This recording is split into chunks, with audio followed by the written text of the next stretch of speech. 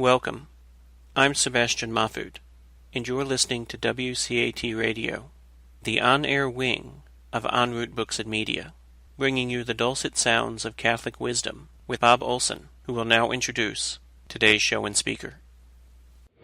Welcome to The Messenger, a program offered by Tony Szalkiewicz, featuring messages of amazing things happening in the Catholic Church. And now here he is, Tony Szalkiewicz. Good day, Bob. Yes, sir. So, how you doing? I'm doing okay now that I got you on here. Well, I'm dealing with my wife. As you know, she had an accident in the house. On the rug. She tripped on the rug and she sailed into the air about 12 feet away from where she stumbled, missing a glass table by 2 inches and really doing herself in. I describe it as a red oak falling in California. And boy, I tell you something, I jumped 2 foot off the couch to go rescue her and let her sit there for 10, 15 minutes. Wasn't sure if I needed an ambulance or not. She didn't have to go to the hospital then, huh? Oh yeah. We went there for X-rays, and then she was all bruised up, and they had to go for an MRI, but they couldn't do it right away because of the swelling. It kind of, it would block the MRI. So right now, they said it would be 3 to 4 months for her to probably to recover from this. Wow. So working with one of our Carmelite sisters who happens to be a physical therapist, and from what my wife Karen says, that she's excellent. She seems to think that maybe her shoulder is out of socket, and she may, depending upon how aggressive she gets, for the healing side of it, if she improves within a couple of weeks, she's not going to order an MRI. But if she doesn't, she's going to order another MRI to find out whether or not that bone is properly placed. So we don't know. It's up in the air, but she is suffering, the poor thing. She can't really move. One of the girls in our prayer group, I don't know if you know Kathy Kelly. I don't. From Middletown. Yeah. She was sitting in the chair, sitting in a easy chair, I guess, and she got up and did the very same thing. She didn't slip on a rug. She fell. She broke her arm.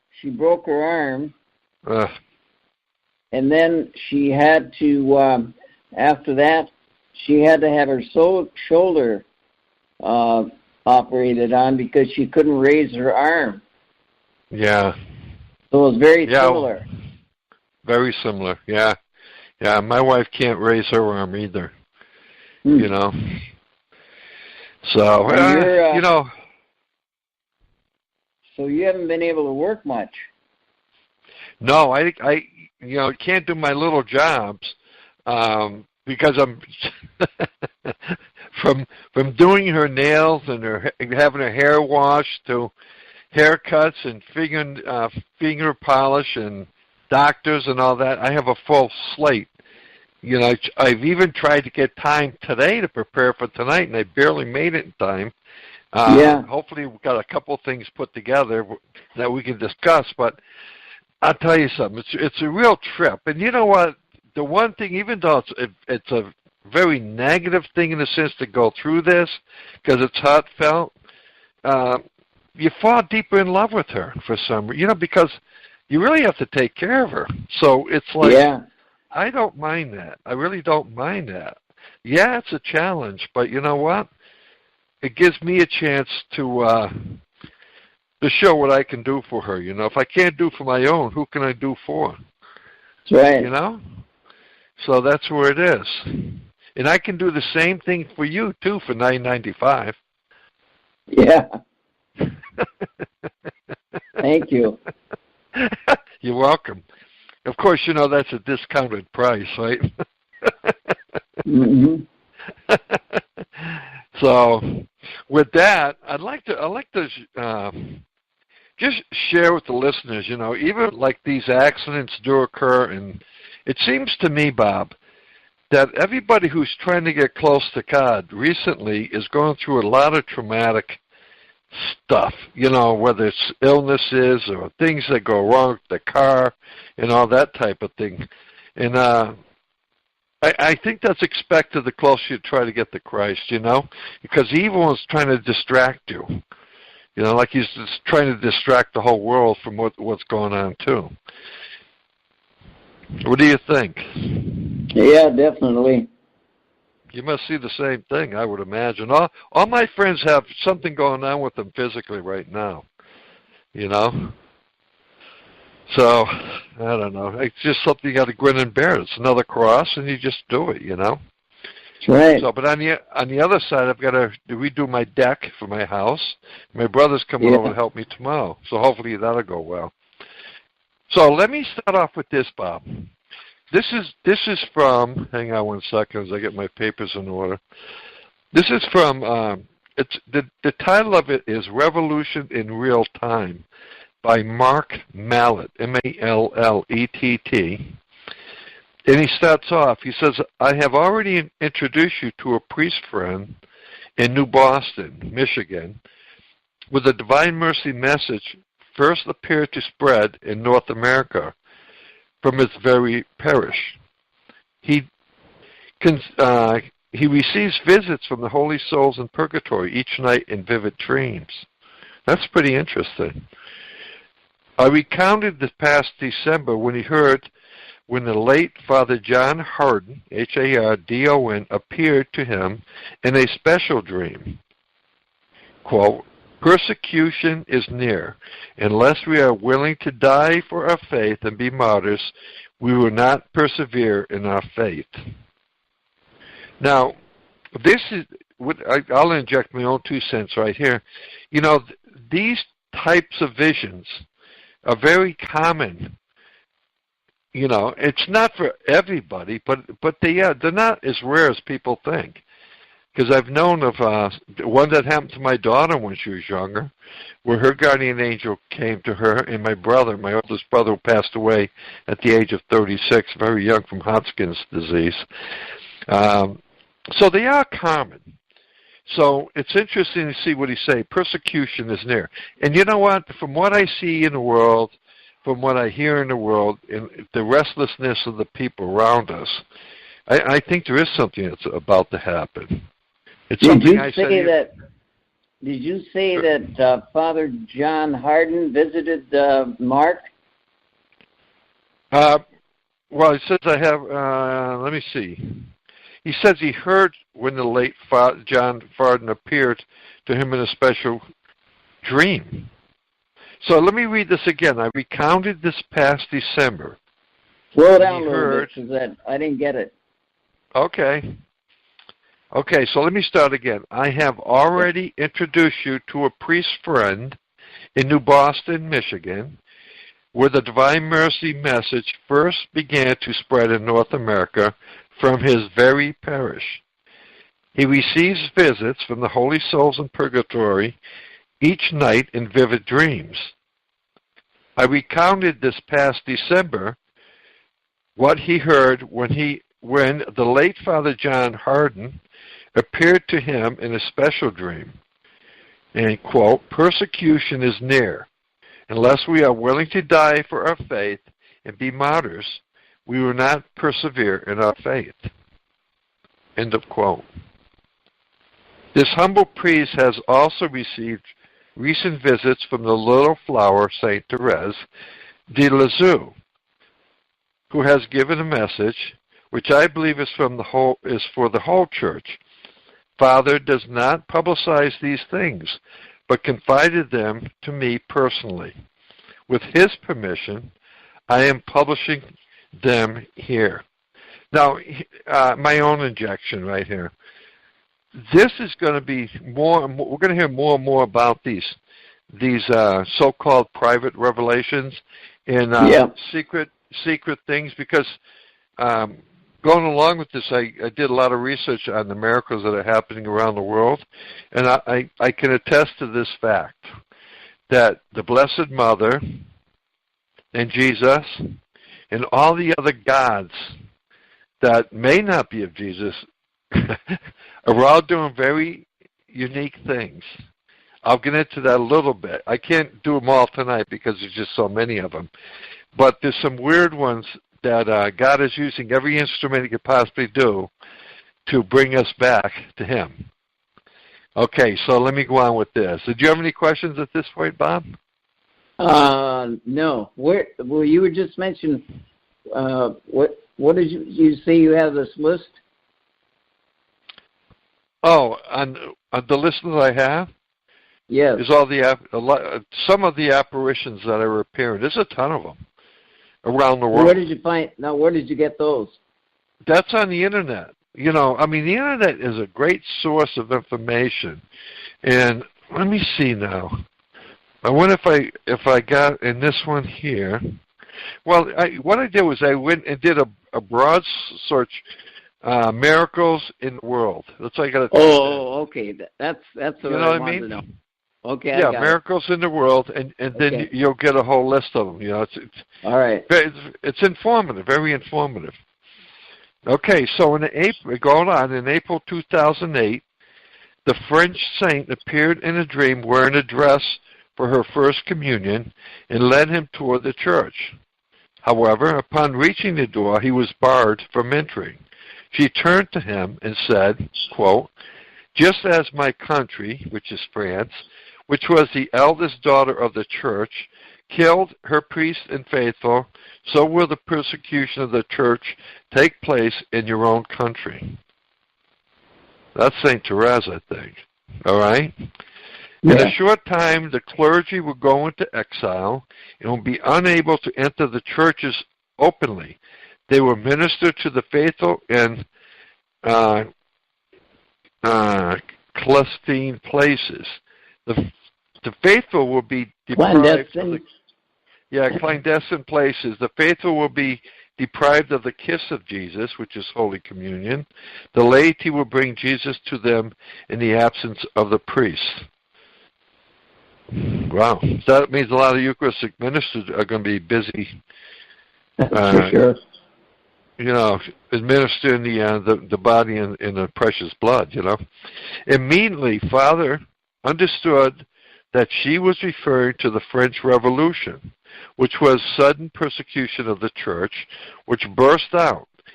He saw in his heart that priests would be forced into offering secret masses in homes, barns, and remote areas. Father also understood that several clergy were going to compromise their faith and form a Pseudo church. What is it? Pseudo. You got that spelling? Pseudo. A pseudo church. So it says in parentheses, be careful. In other words, not a real church. Yeah.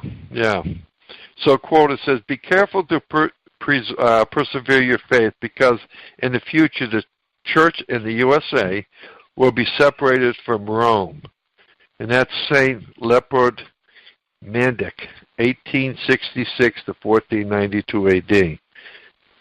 The last name of that saint is Mandic. I'd never heard of that one before. There's so many saints anyways. So Antichrist in the End Times by Joseph Lanuzzi, Lanuzzi. And it refers to page 27. It says, and then recently in January 2009, Father audibly heard St. Therese repeat her message with more urgency. In a short time, quote, what took place in my native country will take place in yours. The persecution of the church is imminent. Prepare yourself. Quote, it will happen so fast, he told me, that no one will really be prepared. People think this can't happen in America, but it will, and soon. That's a bit scary. Read that one again. It says,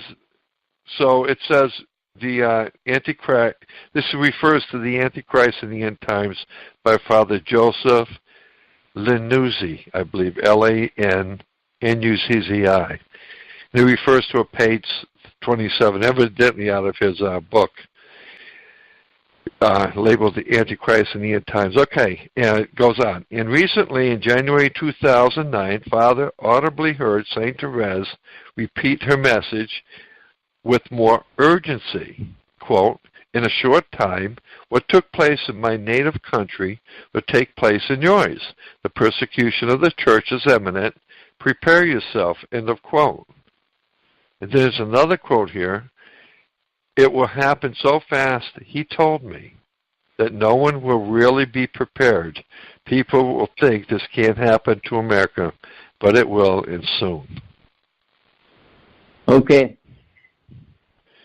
Okay, so there's a little brief thing about who Mark Mallet is. Singing and playing guitar since the age of 9, Mark Mallet is a Canadian singer, songwriter, Catholic evangelist, and author. Since leaving his career as a successful television journalist in 2000, Mark has been touring extensively through North America and abroad, giving parish missions and concerts, as well as speaking and ministering at retreats, conferences, and Catholic schools. I get him on email. You do get him on email. Yeah. Oh, good. He had the privilege of singing at the Vatican and presenting his music to Pope Benedict XVI. Wait a minute, what is that? 10, 15, 6. Benedict XVI. Mark has appeared in EWTN's Life on a Rock, as well as many other television and radio broadcasts. So he's well known. He's an evangelist, which is good. I've never heard him sing. Oh. But I've read some of his articles. Yeah, they may have. Well, if you get on the internet, maybe he's got some song on there or something. Anyways, I'll sing to you, Bob, if you want. No, I've never looked up. I didn't realize he was a singer. Yeah. Okay, well, listen, let me go on with this because there's more to the story.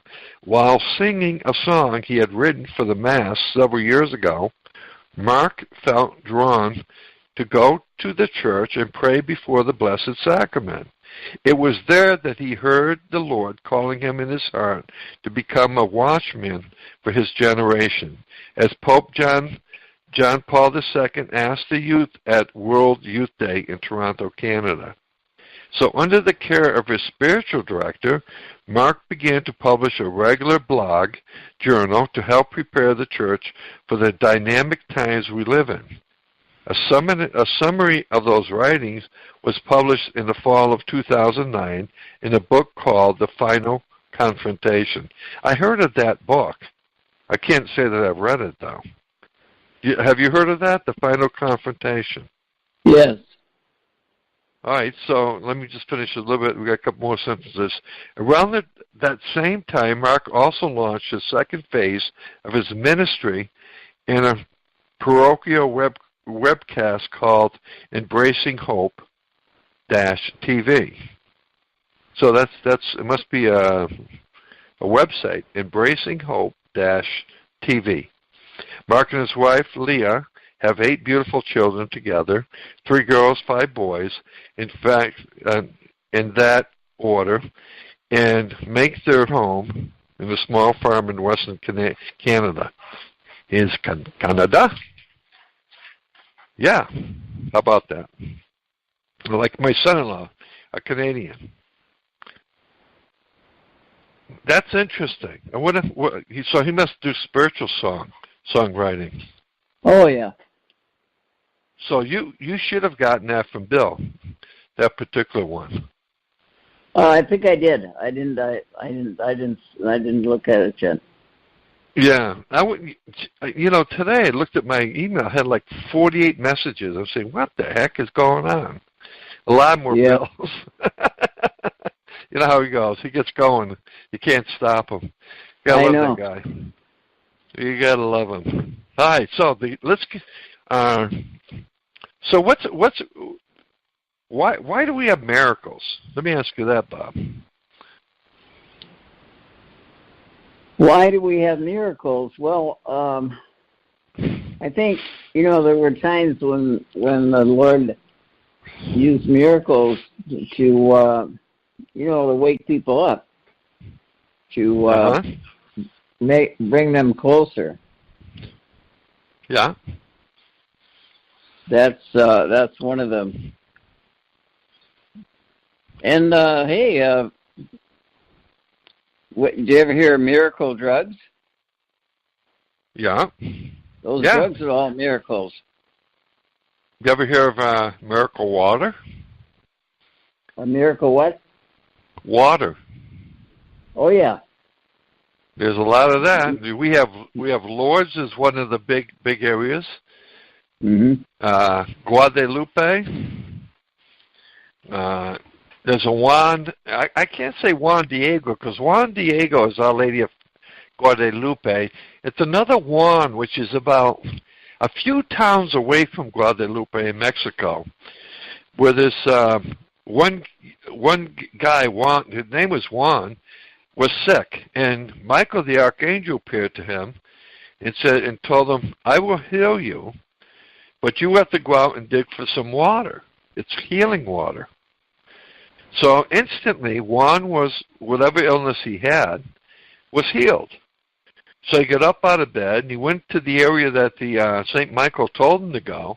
He started digging and digging, and he kept hitting so much rock and stuff he gave up. He just went back home. Whereupon, within a short period of time, he got almost deathly ill.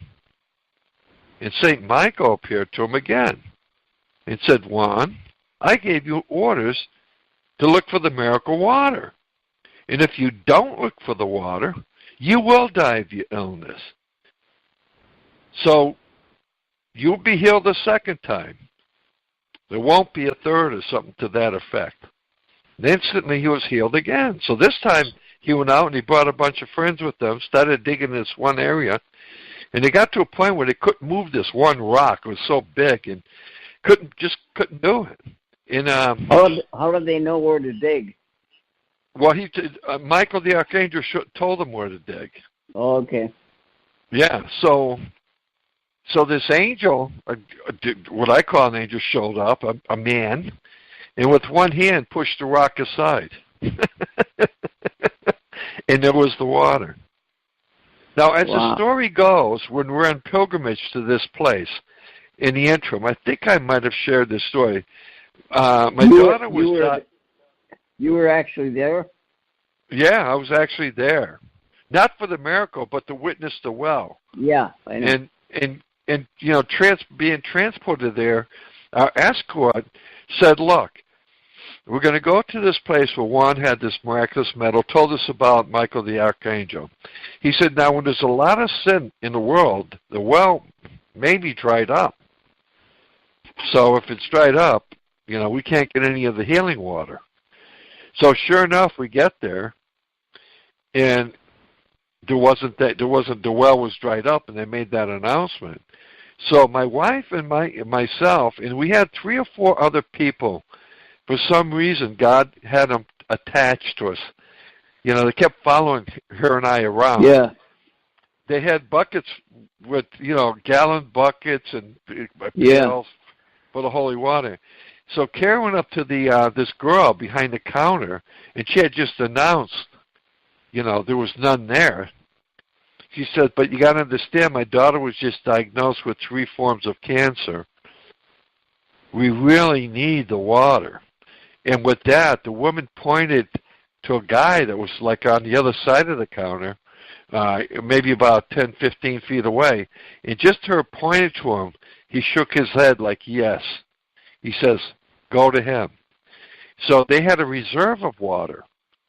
So he looks out and he sees my wife and I. We had a small bottle, and he looked at the jugs of gallons. He says, "No, no. You each get a little bit." So we did get the gallons. When we got home, we administered the water to my daughter, who at that point went for a second opinion at Yale Hospital, and found out she was clean. Wow. Now, that's the second miracle that happened to Adele. The first miracle happened when she was in high school. She was in the basement of St. Pius X Church, cheerleading for the CCD kids and stuff. And she did a backflip, and the two spotters turned their heads. And she wound up her head smashing on the concrete floor. Yeah, I think you told me that story. Yeah, she was healed of that also after we prayed over her instantly, even though she had the symptoms of that eye disease, everything's reversed. Yeah. Edema, That's the second time that young lady has been, healed miraculously. Beautiful. So with that, there's so many miracles. So I look at it this way. I look at it as, okay, who is God? God created us. That's fine. How do we perceive God? Who is he really? Well, for those who have a mother and father who have kids, I think it's a little bit easier to realize what I'm going to say. It's like having your own child. What would you do with your child if you found they were ill? Would you not go to all extent to get them cured? The second thing, what would you do with the same child, if they were bad? What happens if they should die on you and they were bad? How would you handle that? And that's how I perceive God the Father. Giving us the same type of logic, the same type of things. Nobody wants to see their own child suffer or any of that stuff, and for anybody else for that matter, It was never the intent of God in the creation of man to have us suffer. It was because of free will and, the temptation that was directed at Eve and then Adam, I heard an interesting thing today, though. I was listening to one of the talks. I can't recall who the author, who the speaker was, but it was through Lighthouse, the ministry. Yeah. And this talk said that scientists today, not all, of course, you're never going to have that, but there's more and more scientists believing today that all the evidence is pointing to one creative person making everything. They're saying that when the Hubbard went up, for the mirrors and the satellite and all this stuff with the telescope, the Hubbard telescope, they realized that Earth is but a pebble in the sand around the world. One pebble in all the sand, of all the sand around the world. That's the Earth. Because the universe is so diverse. It's so out there. And then they said the structure of the DNA that gives identity can only be created by one person, with extreme intelligence. And they're being persuaded to think, yeah, there is a God. Instead of looking at the Bible and saying, okay, why don't we start with the Bible and try to disprove it? They went the other way. They tried to prove there was no God, and this is the evidence for it. And all of a sudden they're realizing the truth is revealing itself. Is that interesting? Yes, very. So, and of course our job is to evangelize and to save souls, because God doesn't want to lose anybody, It's just like when he's on the cross and Jesus is on the cross and he says, I thirst. And according to St. Faustina, what he was really saying, I thirst for the salvation of souls. Bring me more souls, my daughter. That's what he's thirsting for, more souls to be saved. So as evangelists, and I think that's what we're called into, that's our job. So for those who are in hearing distance, you have a choice. You got to make a choice. It's free will. God's not going to change you. You're going to change yourself. And if you can't do it, here's a suggestion. This just came to me over the past 2 days. Maybe you don't know how to pray. You don't have to. All you have to do is take a little time, go into a Catholic church, and sit in front of the tabernacle. If you don't know what that is, just ask somebody. They'll point it out. Just sit there and be still. Give it 1 hour. Give it 1 hour. Give it an hour and 1 minute. And then walk out. That's all you have to do. Just start with that. When I started with adoration, though, I had to practice because I couldn't sit. I'm not still even saying adoration. I'm not even saying adoration. I think that comes later. No, but I couldn't.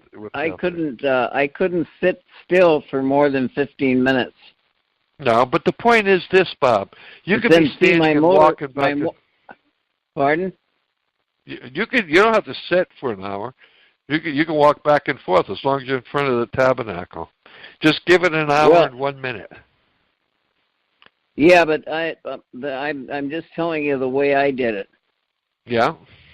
Okay, like maybe 15 minutes, then maybe the next day a few more minutes, and it took me a long time to get to the point where I could sit there forever. Oh yeah. I mean, I've been to masses, and it took years. It takes years to this, but once you get called into it, I went to Father Ralph DiOrio, who's a healer. I mean, he just recently retired from Worcester, Massachusetts. And his masses and healing services would go from 5 to 6 hours. And you'd say, how do you do that? I can assure you, I wish I had more time with them. Because so many things happen.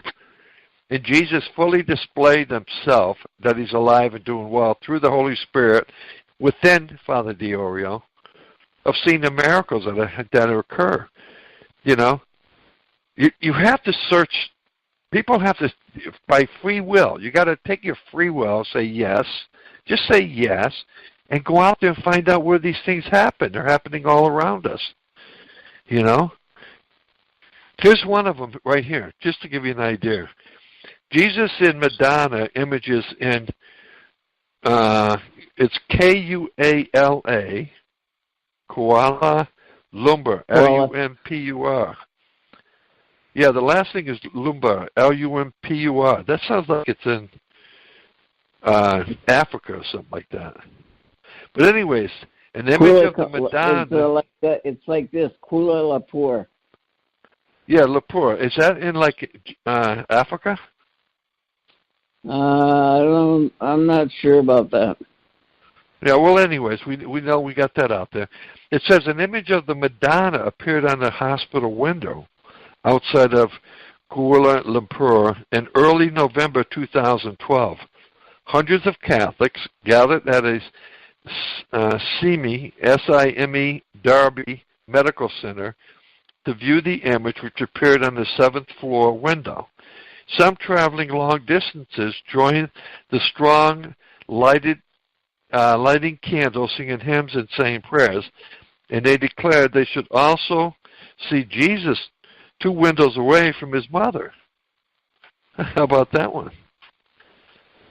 And quote somebody in here, we believe Mary, Mother of God, has a message for us that she is looking down on us, and then at a Malaysian flag, we can also see Jesus, and he is also moving. They are not static, says. So that's in Malaysia. Yeah, Malaysia, right. Right. Says this Ferdinand, who lives nearby. Quote, we have to make sure they are not imaged by real apparitions, said Father Lawrence Andrew, editor of the Malaysian Catholic newsletter, The Herald. Malaysia is largely Muslim, but there is a sizable majority of Catholics. Which reminds me, it's the mother, God and the Blessed Mother, Jesus, the Blessed Mother, Michael the Archangel, and God and saints and I don't know, there's a whole bunch of people appearing to a lot of people. The most recent I heard was Jesus. Go ahead. Did you say that Mother Mary was on the window on the 7th floor? Yeah. Yeah. And then where was? Let me see. Where was Jesus? Jesus was appearing on a flag. On the what? Then we on a Malaysian flag, FLAG. Oh. Yeah. Well, I thought you said that she was on one window on the 7th floor, and he was a couple windows away. He's on the image. Let me read it back to you again. Okay, so she appeared on the 7th floor. She appeared on the 7th floor. Then some traveling long distances to join the throng, lighting candles, singing hymns, and saying prayers. And they declared they could also see Jesus too, TWO, windows away from his mother. All right, so he was on the window too. And then it goes on. This is a quote. We believe Mary, Mother of God, has a message for us as she is looking down on us. And then at the Malaysian flag she was looking at. We can also see Jesus. He is also moving. They are not static. You want to hear something? This reminds me of something that occurred in Vietnam. Did you hear about this statue of the Blessed Mother in Vietnam? No, I don't think so. Yeah, this big statue at this one church, very remote, in a remote village, right? And they videotaped. I actually saw the videotape, just like I'm looking at the picture of the Blessed Mother in the window here, and you can see that online, right? So the statue is moving. The gown she's got on, you can see it from a distance, flying in the air and floating around like the wind's catching it. And she's moving around, the statue. How about that one? I mean, is that... I don't make... It's in the church? No, it's in a hospital window. This one. Oh, you're talking about, you said the one in the window was in Malaysia. Yeah, that's at the SIME Darby Medical Center. No, but now you said in Vietnam there's a statue. Yeah, that's out in the fields, outside of what appeared to be a church. Outside. Outside the church. Yeah. Hey, just it reminds me also, in Medjugorje, somebody donated a huge bronze statue of Jesus Christ outside. Outside. Right? Are you with me? Yep. All right, so people are in a big line with a face cloth to rub the leg of Jesus because this bronze, huge, it's huge, statue of Jesus is excreting water or oil from his leg. Oh, yeah. It's been going on for months, if not years. I don't know how long it's been there. You see what I'm saying? So that's another one that just reminded me of it. And of course, on the top of the hill is this huge cross. And I've seen the cross. I was over there. And first of all, you're stunned by the fact that they even got it up on this mountain. How they carried all this concrete up there and built this thing is beyond me. But that cross has been known to be caught on fire, burning, spinning. And the one night that I witnessed some people videotaping, we were down at the valley, and this guy had a camera looking up on the hillside in the middle of the night. I'd probably say about 11 o'clock at night. And we could see 11 lights going up toward the cross on what they had was a path. And one at the very bottom trying to make its way up. And they're saying, hey, there's nobody up there, though. Nobody's supposed to be up there at this time. And they said, no, that's the 11 apostles going up, and Judas is at the bottom trying to make his way back. That was it. That's what they said, Wow. Yeah. So here's this lesson of humility. So when our Blessed Mother started appearing on John the Baptist's birthday in 1981. That's when she appeared in Yugoslavia, Medjugorje. I had 3 years before her appearance information that she was going to appear, and I gave talks about that. 3 years after she was appearing, I had in my head Satan saying to me, "You don't know what you're talking about. You're not over there. You should shut up, blah, blah, blah, blah, blah, blah," which I stopped. I stopped talking about her, not knowing where that came from. And then years later, I was called over there, which I shared on an earlier program. But the one thing that the lesson in humility was after about, I'd say maybe the third or fourth year, the children who were seeing her, witnessing her, and talking to her, said, "Blessed Mother, come into church." And she says, "Oh no, you have to ask Father Yozo first permission for me to come into the church." So they went down and asked Father Yozo, "Can the Blessed Mother come into church?" And of course he says, "Yes, she can." So the kids go all excited, go running up on the side of the hill and tell the Blessed Mother, "Yes, he gave you permission to come into the church. Come, follow us." And she says, "Oh no, you go down to tell Father Yozo first. Thank you." Once they did that, then she entered the church. That, my friend, is humility. That's a lesson of humility for our own Blessed Mother to do that. Isn't that beautiful? Well, that's her example. Exactly. So here's an extraordinary sign for extraordinary times, and we are living that, by the way. A very bizarre medical case in northwest China has parents, doctors, and the media baffled. An 18-month-old girl is excreting metal nails with no apparent discomfort and no sign of her eating anything other than normal food. She's excreting metal nails. Okay? Are you with me? Yeah. Doctors at the Children's Hospital of Yulin, it's Y-U-L-I-N City,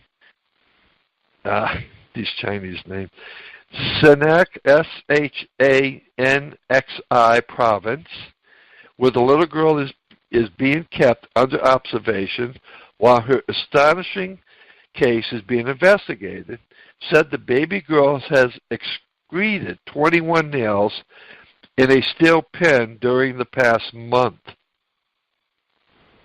Quote, "At first we thought the baby accidentally swallowed such things, but after being confined in the hospital, she continued to expel nails day by day. And more surprisingly, x-rays showed new nails in her stomach after each excretion." End of quote. Hebo, president of the hospital, said, "It is not unknown for babies to swallow all sorts of objects. At certain stages of development, toddlers tend to put things into their mouths.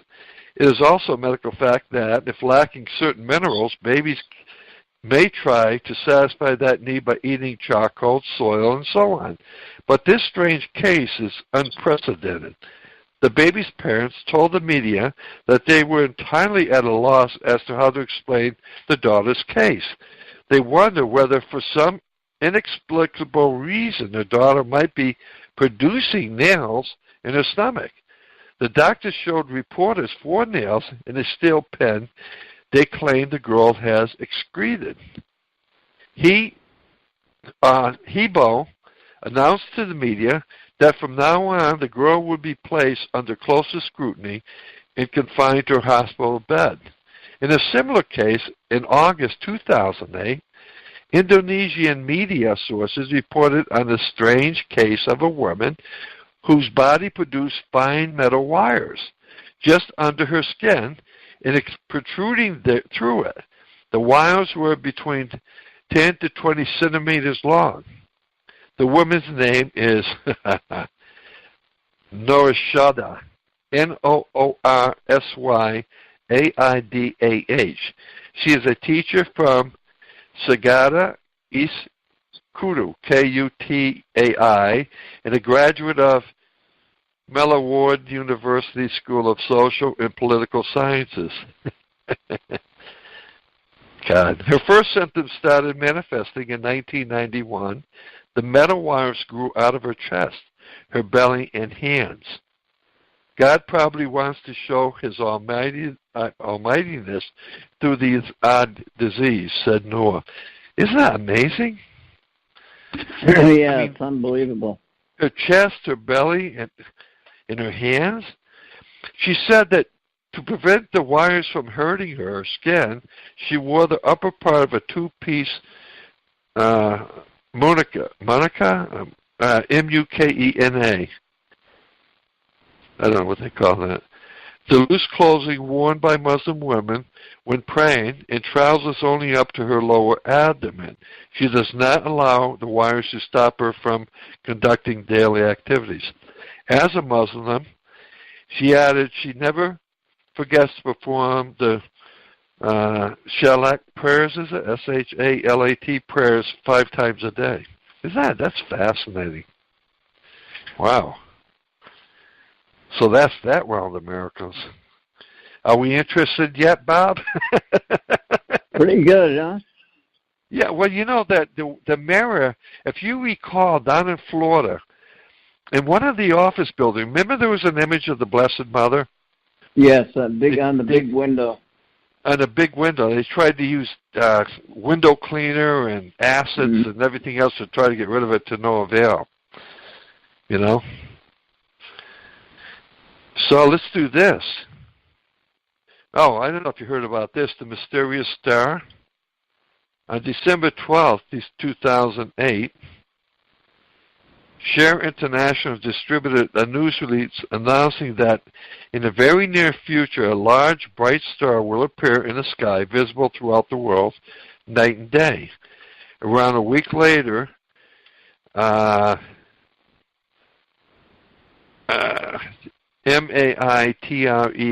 Maitreya, Madria, will give his first interview on a major U.S. television program. All right, so now, the star that heralds Maitreya's emergence, anyways, in the very near future, people everywhere will have the opportunity to witness an extraordinary and significant sign, the like of which has been manifested only once before at the birth of Jesus. Then, according to Christian teaching, a star appeared in the heavens and led 3 wise men from east to the birthplace of Jesus. Soon, once again, a star-like luminary of brilliant power will be seen around the world. Oh, there you go. On 12th December 2008, Share International distributed a news release announcing that in the very near future, a large, bright star will appear in the sky, visible throughout the world, night and day. Around a week later, I don't know who this is, Maitreya will give his first interview on a major U.S. television program. Since early January 2009, sightings of the star have appeared from all over the world, and more sightings are being sent to us daily. Star International has also received many reports which Benjamin Creamy's master has confirmed to be of the planet Venus and not the star. But we are happy to receive these reports even though they turn out to be wrong. It shows us how more and more people around the world are responding to our information. We published here a selection of first photographs received as a list of sightings confirmed by Benjamin Cream's master to be the star. And they show a whole series of pictures of the star. And I'll just say where it's been reported. Japan, USA, Costa Rica, Spain, Norway, USA again. Let's see where the other ones. Norway, USA again, Pasadena, USA, another USA in Florida, Switzerland, Belgium, France, And they're all different times, 2008, 2009. Norway, too. Had you heard about that before? Not really. Not really. Oh. I heard, and I'm trying to think of where it was, that they just said that there's going to be an alignment between the king and the stars, right?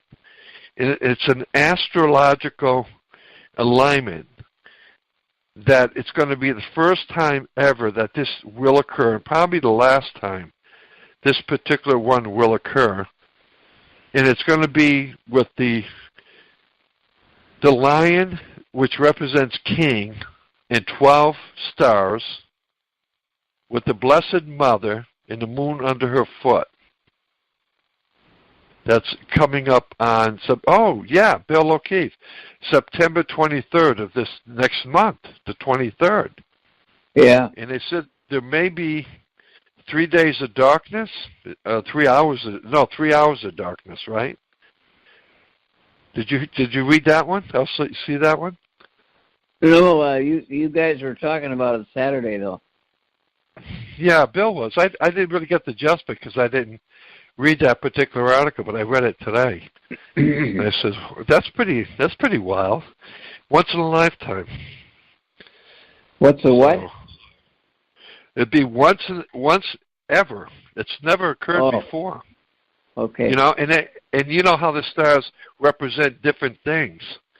It's like the lion represented by a group of stars, and then there's 12 stars that represent the apostles, and then the Blessed Mother under that, and then the moon under that, under her. And they're all, the way it's laid out, is the king with the 12 apostles, I think there's a 12-nation thing represented by that too. And then the Blessed Mother there with the moon under her foot. And then for some reason, there's going to be like 3 hours of darkness. I don't know how that's, I don't know if that's not September referred to. September 24th? No, September 23rd. 23rd, okay. Yeah, September 23rd, which is next month.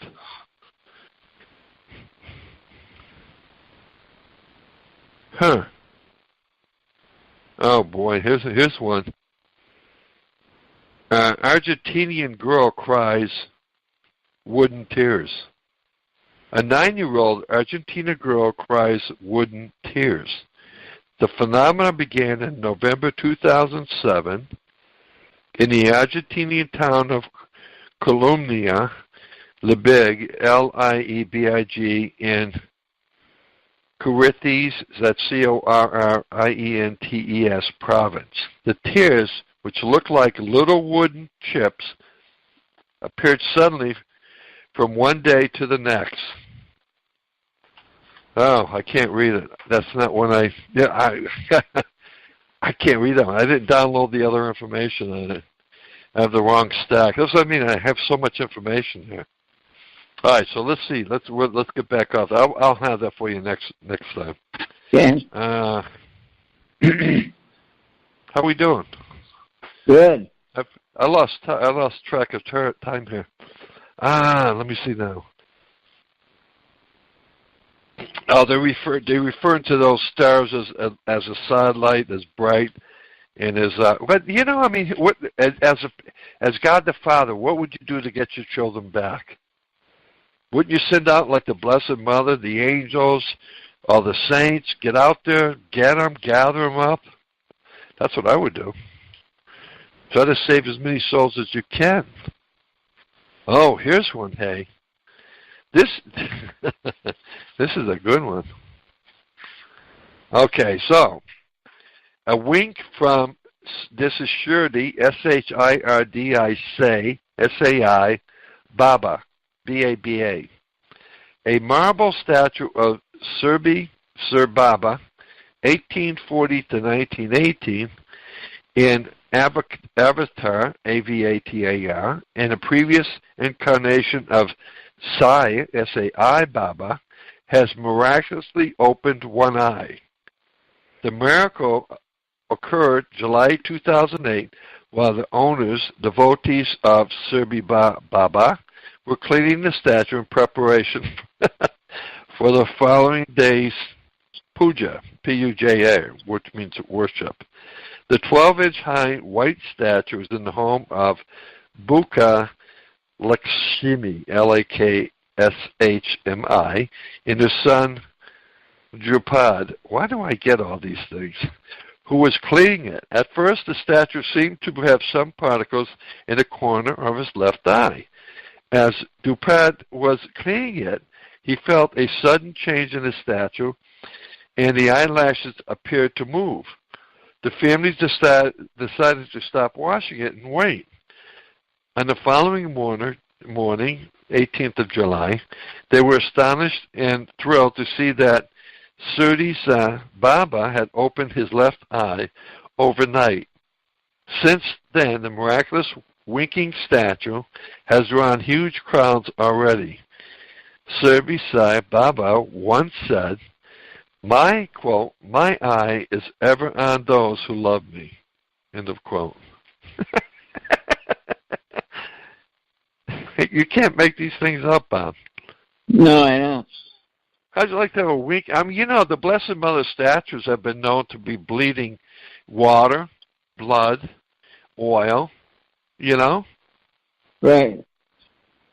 I mean, I've never witnessed that, but I've heard of that. And I know that little Audrey up in Massachusetts had a statue I've been there. that's still... Oh, you have been there. So you've witnessed a statue that was weeping? Oh, what was that weeping? Oil? They built a chapel in the garage, and there's a rug on the floor. It's completely wet from the oil. Wow. And she had passed away maybe, 4 or 5 years ago. Yeah. And they say the statue still weeps. It's a sign. That's to understand. It's a sign. Yeah, that's good. That's good to know. That's some of the things. Well, we're out of time. Tony, we're out of time. Okay. Interesting. So, you had a lot of interesting miracles tonight, huh? Yeah. It's a fascinating study. Don't believe what I say. Go find out yourself. Get on the horn and learn. It's all out there. The internet could be very demonic or could be very, very helpful. And this particular night is very, very helpful because you'll come to realize, is this possible? Well, there's so many miracles occurring that you can actually go see them. I think they're all over the world and all over the places where it's all manageable, Right. Okay, well, we'll be back next week. Same time, same station with the messenger. And you never know what you're going to hear on this program. It's all about unusual things that are happening in the Catholic Church. And so we'll be back 1 week from tonight. And in the meantime, may God bless us, protect us from all evil, and bring us to everlasting life. Amen. Amen. In the name of the Father, Son, and the Holy Spirit. Thank you. We hope you enjoyed the program and will join us back for another show on WCAT Radio. This is Sebastian Mahfood. Good day.